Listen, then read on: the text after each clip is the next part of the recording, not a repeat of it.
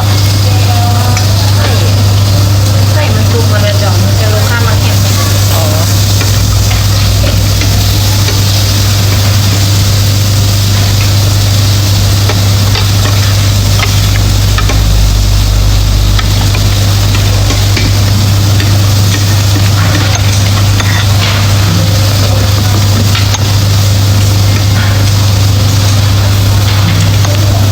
กินแบบเบาๆกินคือกระเจ้าเนี่ย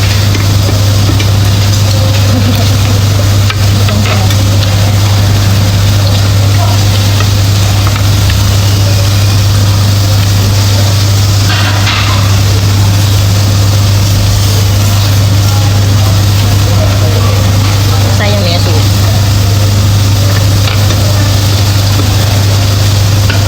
ขวบด้วยโทรศัพท์ขวบ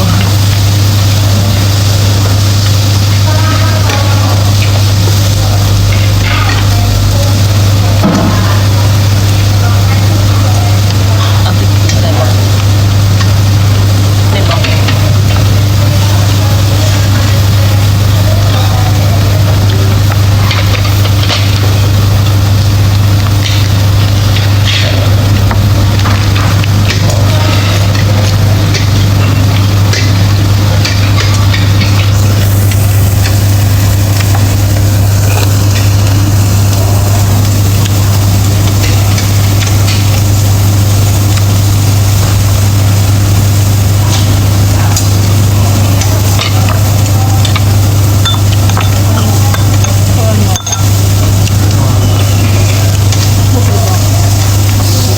ภาพกิบไปเลยแม่สูงมันถูกแล้ว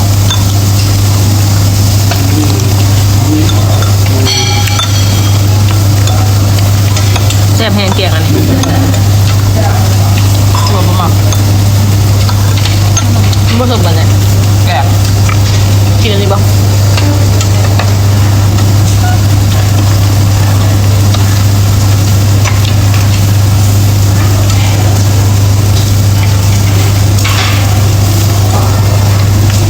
ก้อนหนึ่ง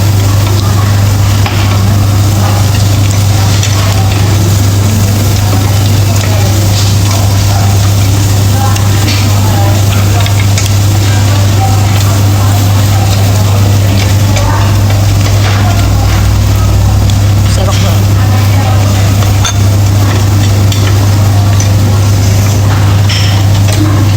ใส่อันนี้คือเขาบอก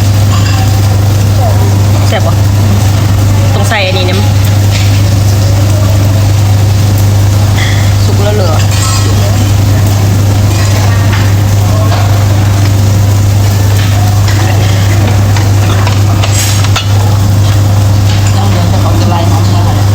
เห็นปะเห็นปะ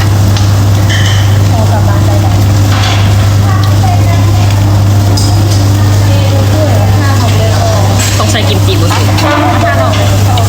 กินแบบเกาหลีเขาว่าเกาหลีเขาก็ต้องกินเขาว่าเกาหลีเขาก็ต้องกินแบบเกาหลี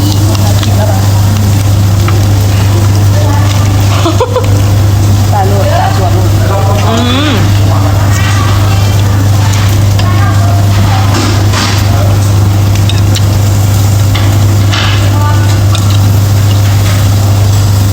ใส่อันนี้แบบ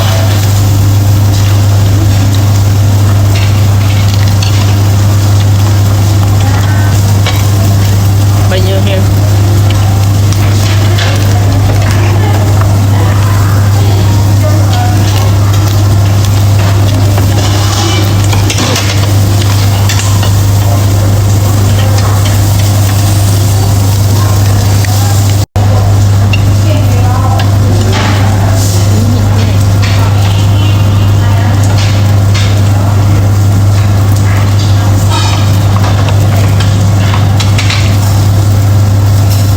นี่คือหอมหัวใหญ่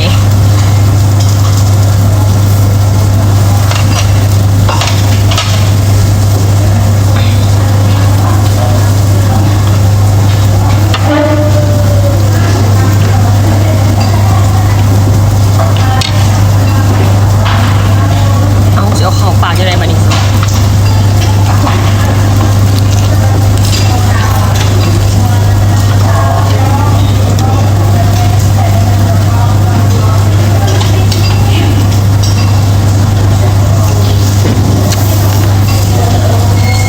บ่เผ็ด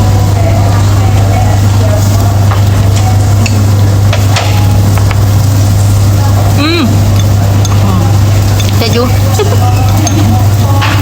การว่าบ่เผ็ดเลยค่ะ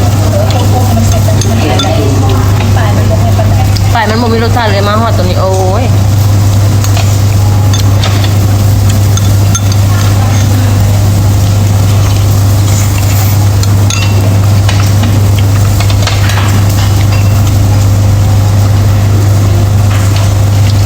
อิ่มไหมบ่รู้ กินแล้วจ้า เนาะเมื่อเขาจะอยากรู้ตรงไหนเอา เรียนมาทำไม เอ้าไปกินบุฟเฟ่ต์ห้านั้นนะคือใส่ยาลดหุ่นดีๆเลยสิคือเขาจะบลง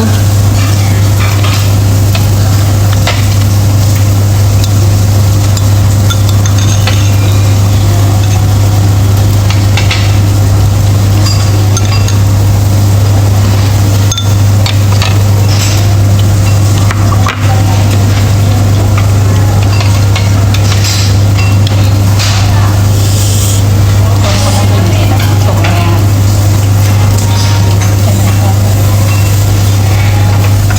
ตัวใด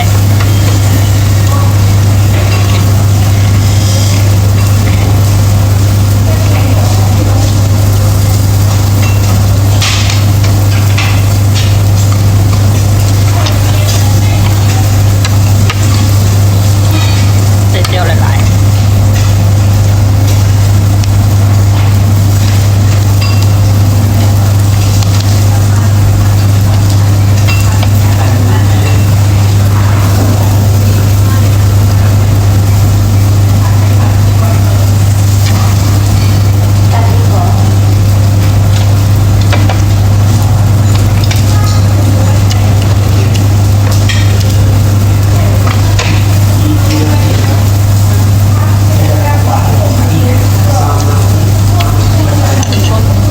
ผักสลัดงามแพง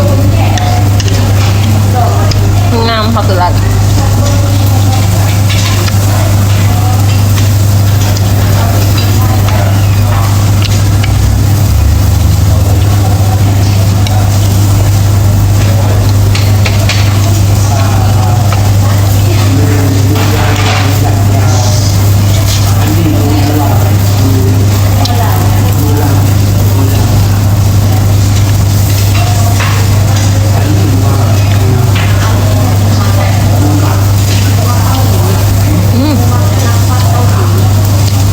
กิมจิตัวนี้ก็สม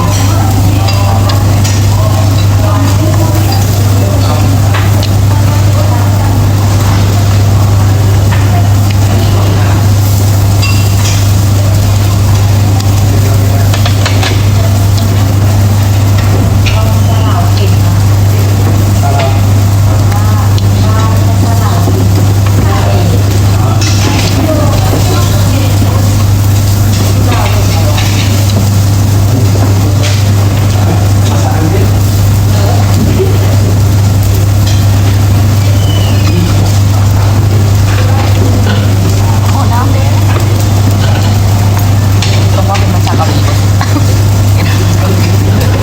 แม่มึงบอกบุถือขึ้นมาว่าไหม ออกจำเนียงมันบนได้เลยภาษาเกาหลี